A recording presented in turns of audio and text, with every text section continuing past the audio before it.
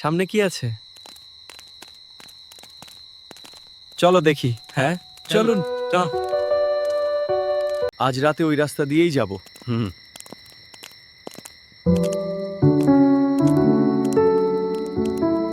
এত রাত হয়ে গেল।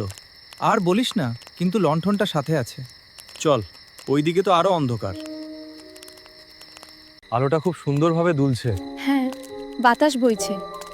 সাবধানে ধরো। এই যে দেখছি বিশাল পায়ের ছাপ। এ মানুষের হতে পারে না। সাবধানে চলো।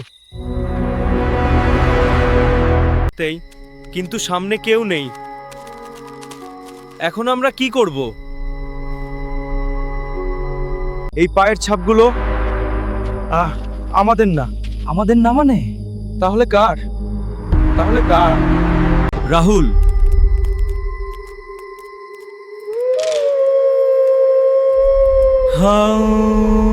রাহুল বাবা,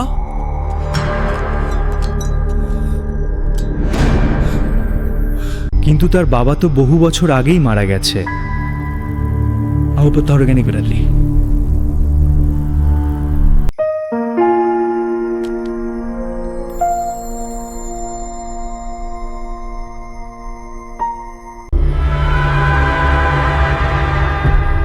এইদিকে আসছে, প্রস্তুত হ।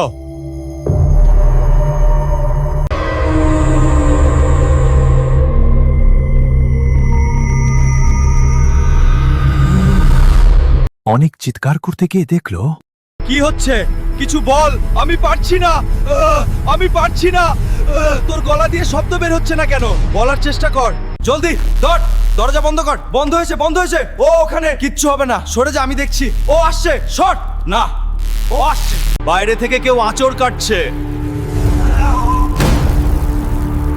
দরজাটা ধরে রাখো। ওটা কি? ফিরে যাওয়া নিষেধ। আমাদের এখানে থাকা উচিত নয়।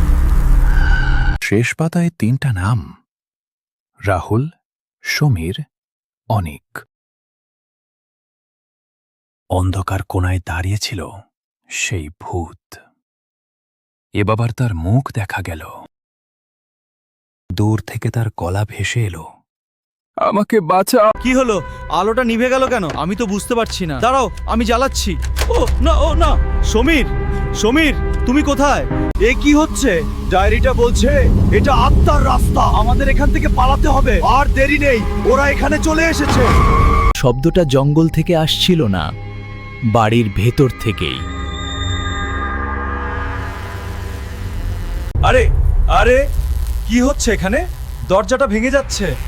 ডায়েরিতে লেখা ছিল, রাইহান তুই। সে ছিল একসময় গ্রামের মানুষ। তাকে এই রাস্তায় মেরে ফেলা হয়েছিল। আমার মতো তোমরাও এখানেই থাকবে।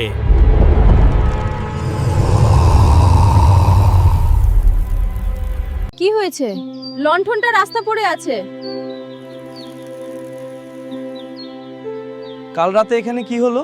কিন্তু 3 বন্ধুর কোনো খোঁজ পাওয়া গেল না।